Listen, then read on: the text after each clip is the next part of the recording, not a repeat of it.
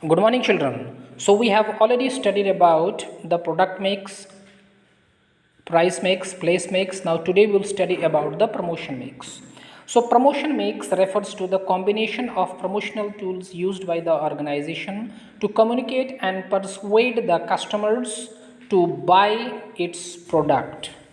So, every company communicate with the customers, persuade the customers why to buy the product. Buying of the product is the only means by which the company gets the income.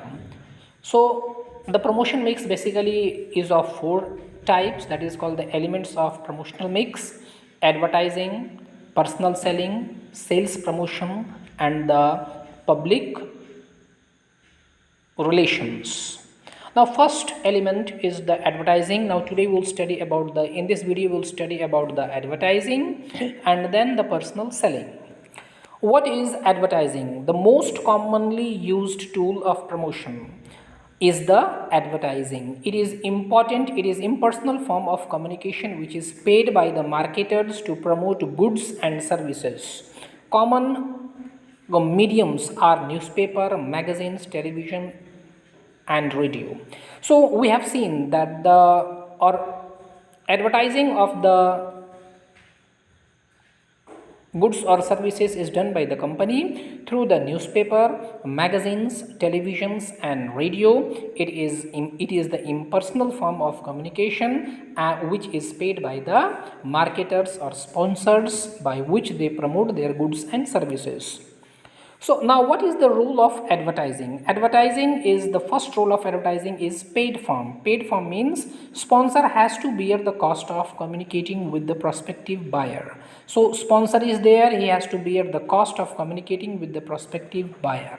So every sponsor, every company sponsors its goods and services, and that advertising cost is included in the total price of the product, means buyer has to pay the advertising cost also. So advertising call definitely increases the price of the product. Now second role of the importance role of advertising is impersonality. So no direct face-to-face contact between the prospector and the advertiser. So there is no face-to-face contact between the advertiser. You can see on the TV that the customer cannot or are not in face and face in contact with the advertiser. It is a monologue. So advertising creates a monologue and not a dialogue. So we see in the TV advertising is there and it is a monologue. We cannot dialogue it. Second is a role or third role of advertising is identified sponsor, undertaken by an identified individual who makes the advertising efforts and bears the cost of it. So company gives the advertising to the sponsorship to the sponsors, and then that makes the advertising work, and that advertising cost has to be borne by the customers. Now the fourth rule of advertising is mass reach. So mass reach, advertising goes to the mass people, lots of people. Advertising goes to the lots of people. A large number of people over the large geographical area can see the advertising through the newspaper, through the radio, or through the magazine. Now the fifth role of advertising is enhancing customers' satisfaction and confidence. Now, advertising enhances the customer satisfaction and confidence. It creates confidence and the prospective buyers feel more comfortable and assured about the product quality. So, after seeing the advertisement, it creates a confidence into the buyers who feel comfortable and assured about the product quality. The fifth role of advertising is expressiveness.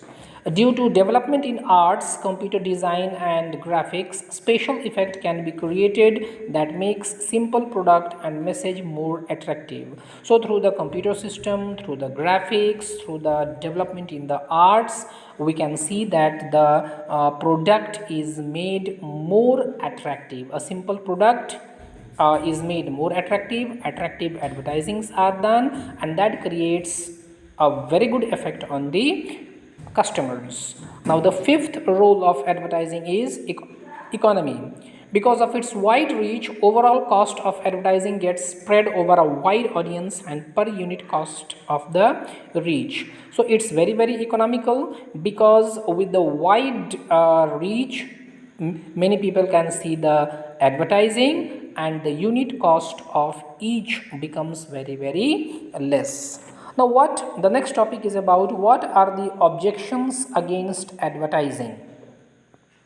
So objection against advertising: though advertising is one of the most frequently used medium of promotion of goods and services, but it attracts a lots of criticism, objection against it, which are as follow. So there are lots of importance of advertising, but still advertising has its own criticism, has its own objections. What are these criticism and what are these objections is what we are going to study today.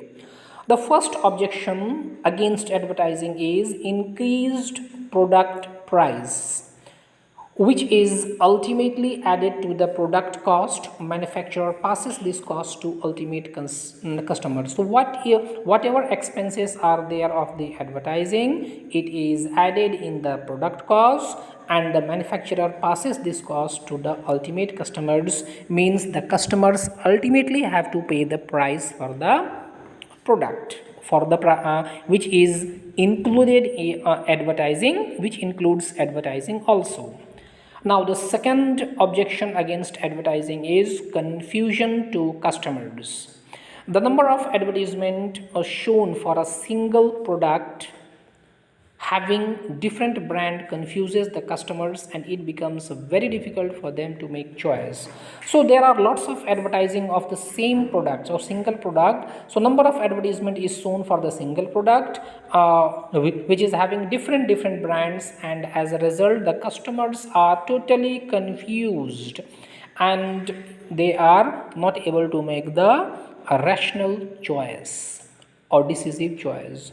The third objection against advertising is encouraging safe sale of inferior products. See, through the advertising, even the inferior products are made attractive, and the customers are persuaded to buy the inferior products also, and they buy it. So in many cases some features products are not the drawbacks of the products are not emphasized in the advertising, because it is a monologue, it is not a dialogue, and as a result the customers are persuaded and they buy the products and services. Now the fourth objection against advertising is advertisement of bad tastes. Events models degrade the human dignity. So advertisement has certain bad taste. Models degrade the human dignity. Events and models degrade the human dignity. The advertisement sometimes shows are so bad that the human dignity is degraded. The fifth objection against advertising is undermines social values and promotes materialism. So this is the fifth objection against advertising, that it undermines social values, is undermines, and that promotes the materialism. It includes the customers, it induces the customers to buy more and more products. So advertising induces the customers to buy more and more product. Because of emphasis on the materialism, social relations are distorted, which brings social disorder. So because of emphasis on the materialism, the social relation between the people is distorted, and that brings the social disorder. In the changed economic environment of globalization, advertising is considered as an important tool of marketing. So marketing is not possible without the advertising, because advertising is the only way by which mass reach can be done, or a lot of people can be reached through the advertising. It helps a firm in effectively communicating with the target market, increasing the sales, and thereby reducing the per unit cost of production. So advertising is a very very effective means of communication, and with this the marketers can reach the target market where they can sell their goods effectively. This also increases the sales, and thereby it reduces the per unit cost of production. Advertising is not a social waste, rather it adds values to the social cause by giving a boost to the production and generating employment. So with after seeing all these, summarizing advertising, we can say that advertising is not a social waste. It adds values to the social cause by giving a boost to the production. People buy more and more goods. As a result, company also produce more and more goods. More production means more industries, more means there is generation of the employment. So these were all about the advertising. Now the next topic is about the personal selling. So personal selling consists of contacting the prospective buyers of product personally. So personally the salesman go and talk with the buyers and sell the goods and services. So there is face to face interaction between the sellers and the buyers for the purpose of the increasing of the sale. Now what are the features of the personal selling?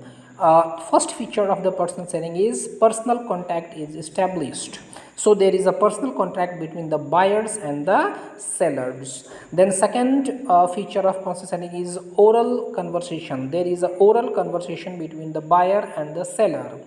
Then third feature is quick solution of queries. Whatever problem is there with the buyers can solve their queries by asking the questions with the salesman, and the salesman will solve all the problems of the buyers. Then the fourth feature of personal selling is receipt of additional information. So what if the buyer wants additional information about the products and the services, then he can talk with the salesman and get the additional information about the product or the services. Then the fifth feature of personal selling is development of relationship with the prospective customers. So in this, the person in personal selling, there develops a relationship between the customer and the buyer, which is very very important for making the sale in the future also. Now what are the qualities? Next topic is what are the qualities of a good salesperson, because personal selling is done with the salesperson, and what are the qualities of the good salesman, that is what we are going to study now. There are basically 8 qualities of a good salesman. The first is physical qualities. So the salesman should be neat and clean, that is tidy appearance, good posture and cheerful smile. So salesman should be neat and clean, he should be tidy, his posture should be good, and he should always bear a smile on his face so that the customers will be happy. The second feature of a good salesman is psychological qualities. So good nature with empathy and ego drive. So the salesman should have a good nature with empathy, and he should also have a good ego drive. The third quality of a good salesman is technical quality. Salesman should have a full technical knowledge about the product and the functioning of the product. Then fourth quality of a salesman is good communication skills. So salesman should be polite, tactful, having good manners. All these qualities of the good communication skill should be there. That is, he should be polite to the customers, he should be tactful, and his manner should be excellent. The fifth quality is honesty. The salesman should be honest and only sell the good products. He should not misguide the customers. Then the sixth is courtesy. Courtesy means he should be very very courteous towards the customers, and he should fulfill all the satisfaction of the customers.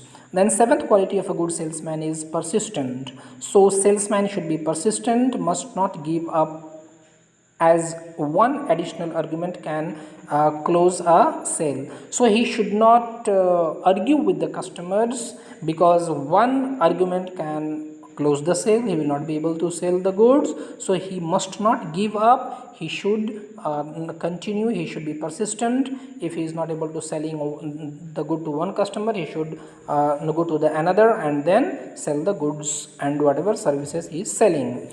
And the last quality of the good salesman is capacity to inspire trust. A good salesman should be able to inspire the trust in the customers. So today only this much. Thank you.